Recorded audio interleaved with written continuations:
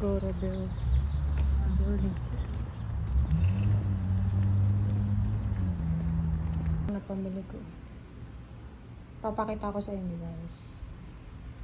Hello guys! So, kauwi ko lang. Nanggaling kami ng asawa ko sa Burlington tsaka Ross. Bumili ako ng mga ilalagay ko sa balikbayang box ko para sa family ko. Papakita ko sa inyo kung ano yung napamili ko.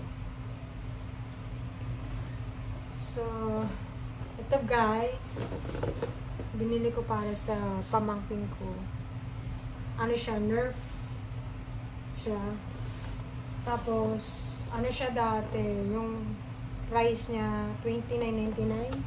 Tapos, nabili ko siya ng $14.99. Not bad, diba?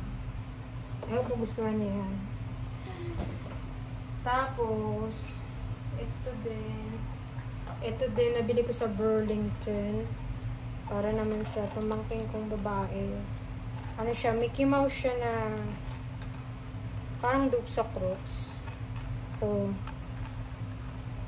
dati siyang $25, tas $9 na lang siya. Cute, diba? Yan siya.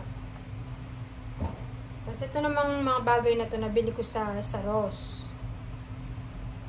Ito yung backpack para sa ate ko, sa pangalawa namin kapatid. Kasi gusto niya ng backpack eh. So, diba? Ang ganda. Aldo siya.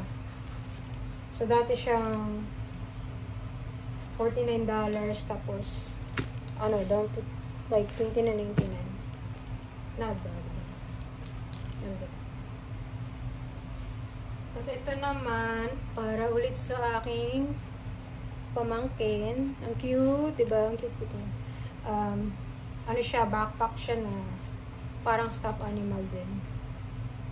So, ito, $7.99, nabili ko siya. Tapos, ito guys, oh my god, tignan nyo. Ang cute ng ang cute ng bag. Ano siya, oh. Meron siyang strap sa loob. So, para siyang, ano siya, crossbody.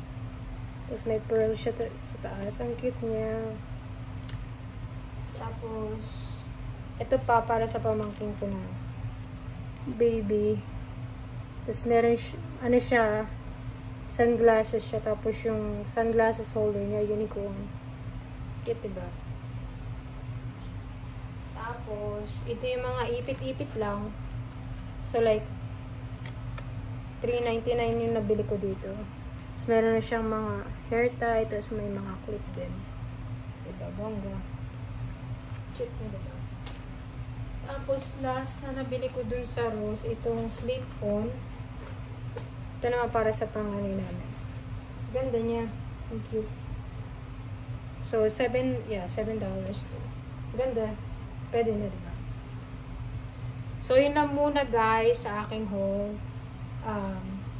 Bye muna.